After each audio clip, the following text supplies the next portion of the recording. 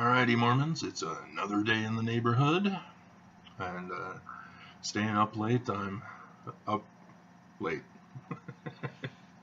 I've got to make sure I catch the mailman today, because UPS refuses to take back AT&T's product that AT&T insists. Oh yeah, they'll take it. Yeah, just follow our instructions to give it to them, and they'll take it. No, they won't.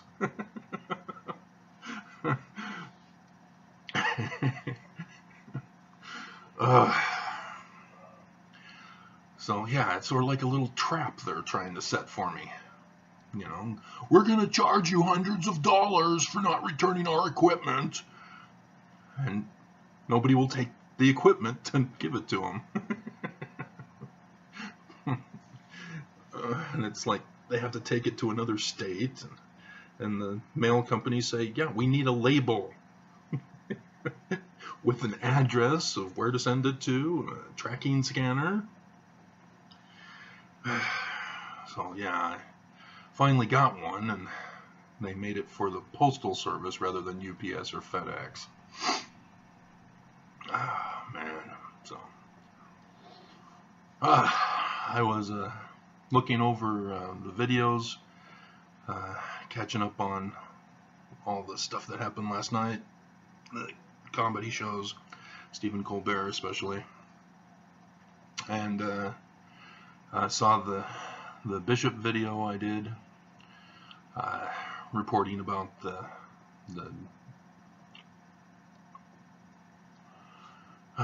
sick and deranged bishop from the Mormon Church.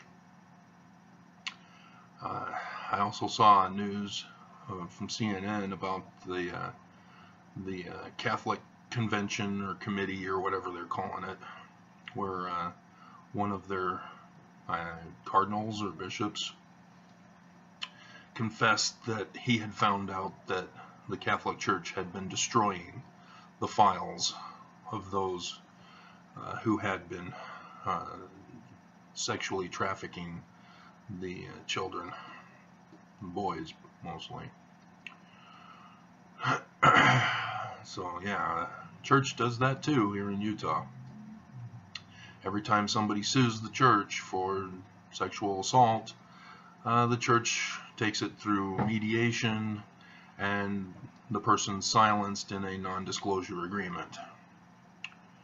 And I'm sure they're given far less than what they should be getting, and it doesn't stop the problem, because more and more bishops and other members and representatives of the church are getting busted for other crimes and sexual crimes, and so growing up, when something like that happened, other members would be telling me, oh well, that's just them. When they were first called to the position, it was inspiration by God at that time. And I'm like, well, yeah, but they just happen to go bad? Are you kidding me? As a leader, they go bad? And then we had I can't remember the name of the group, but it's the Human song. And everybody in the world was going, yeah, we're human. We make mistakes. Yeah, we can get away with anything now because we're human. We make mistakes. No. Sexual abuse is not a mistake. A mistake is when you spell something wrong on your text messaging. Sexual abuse is a gross human rights violation. It's not a mistake. And so that Human song, talking about a guy who slept with another woman, cheating on his woman, I made a mistake. No, you didn't. You couldn't remain faithful. So with sexual misgivings in a relationship, there's no crime attached to that. Apparently, the law says, oh yeah, you can cheat on your legal documented spouse, because a legally and lawfully wedded wife can take the husband's children and property and abandon the marriage and flee the country. There's no crime in that. So, yeah, I mean, Mormons, come on, seriously, it's not revelation for putting in any leader. So quit deceiving us, quit deceiving yourselves.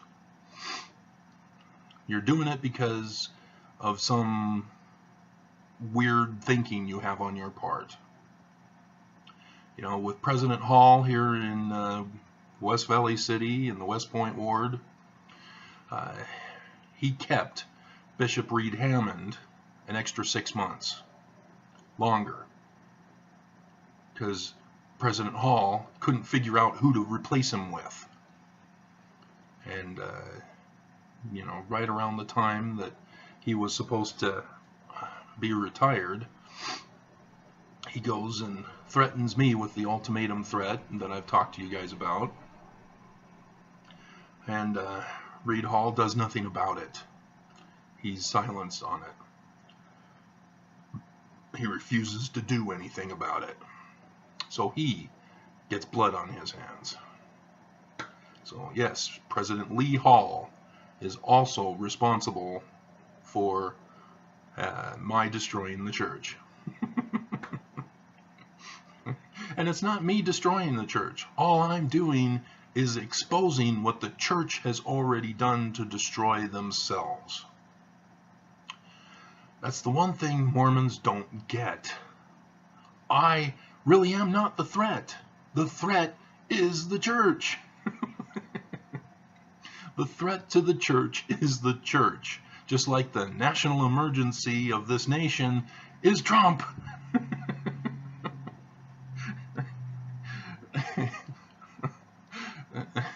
But that's what the Book of Mormon tells us, doesn't it, Mormons? People bring upon themselves the curse. Alma, chapter 3, talking about the Amalekites. When they marked themselves in the forehead, they brought about themselves the curse that came upon them. That's the commentary that is brought up in the chapter, where everybody talks about it as, oh, God cursed them. But no, God doesn't curse anybody. God doesn't bless anybody, therefore, either. It is us and the consequences of our actions that either blesses or curses. It's us. We do it. We cause it. For every action, there is an equal and opposite reaction. That's the law of nature. That's God's law. It's an eternal, universal law. And when you violate it by doing something stupid or evil or corrupt, the consequences also follow. And so the church has brought upon themselves the curse. Alright, so today I need to get to Polygamy Part 2, and I also need to do the revision of the brass plates and figure out a manner in which to draw attention. So I have to title it right to get people's attention, as well as have a cool picture that'll attract people's attention. I was hoping that the first polygamy video would have caught people's attention, because the LDS Church lies. That should catch people's attention. And then I have a naked woman. It's her back, but everybody's so paranoid. We can't show skin. It says in the Bible that they were ashamed when they recognized their nakedness. Stop. Step out of the box. Think about it. God created them naked. They were roaming around naked, not ashamed. God saw and talked with them as they were naked. Then this snake comes around, and all of a sudden, oh, we're naked. Oh, oh, God will see me.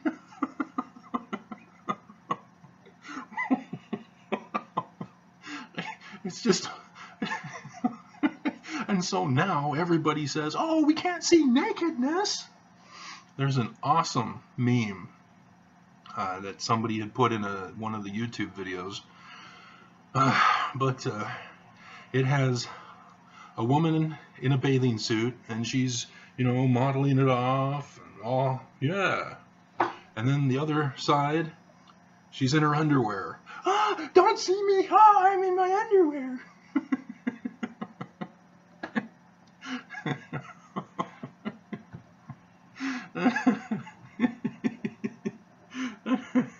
And then there's another meme that I saw that had every religion's view on Adam and Eve in the garden and how they are portrayed in representation. Because you notice that in the Mormon temple video, Adam and Eve at first are concealed so that we don't see that they're naked. We're just told they are.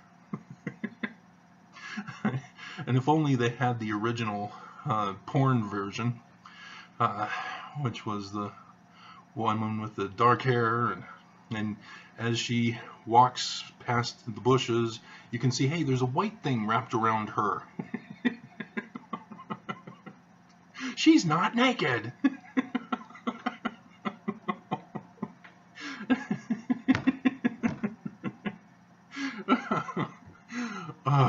Man, people are just so hilarious in their stupidity.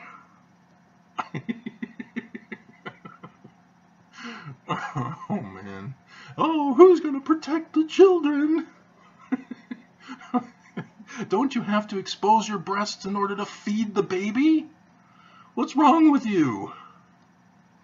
It's just like, oh, they grow up and all of a sudden they become deranged maniacs if they see something.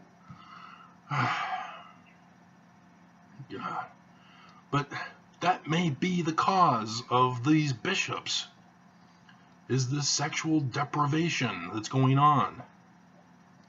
The whole paranoia and fear, and thus the taboo, and everybody wants to see what's taboo. And so when you create a ban, everybody wants to violate the ban in order to know what it is that they're not allowed to see.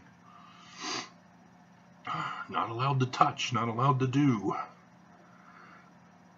And so yes, the church is responsible for all of these bishops, all of these members who are committing sexual abuses.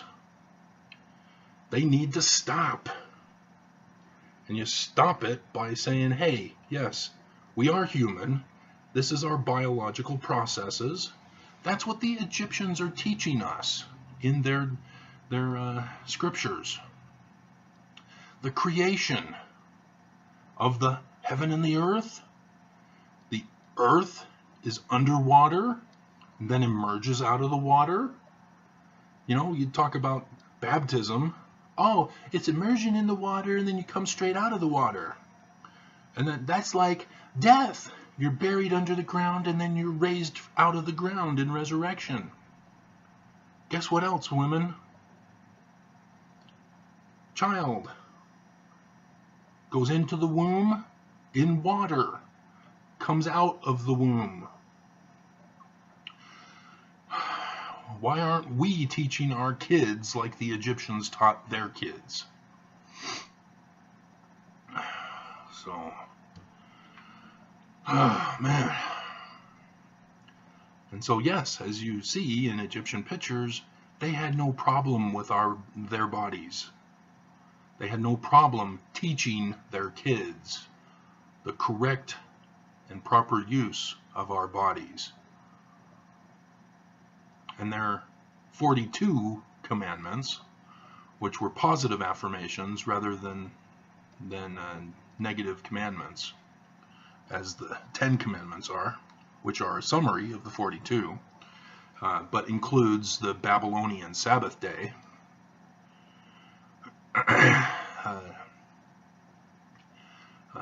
They state, in order to be perfected in the temple, you have to affirm that you're a good person, that you don't violate other people's rights, that you respect other people. And so it's not just a, you can't do that. It's a, I have not cheated other people. I have not done this. I have not done that. So, yeah. All right. I need to get going.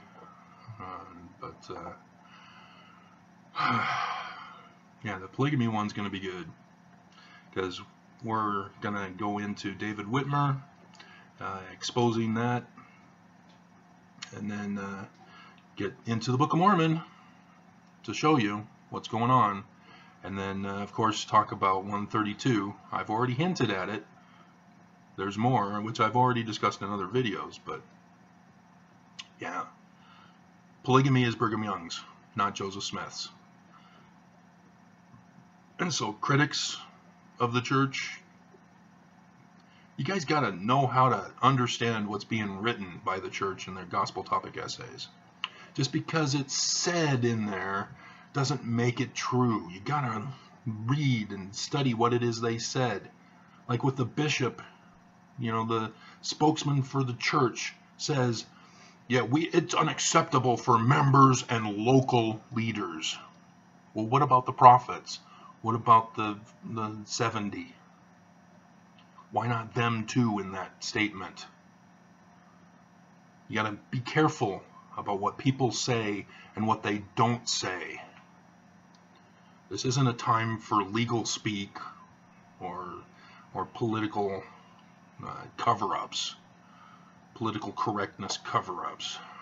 So, all right, let's get to this.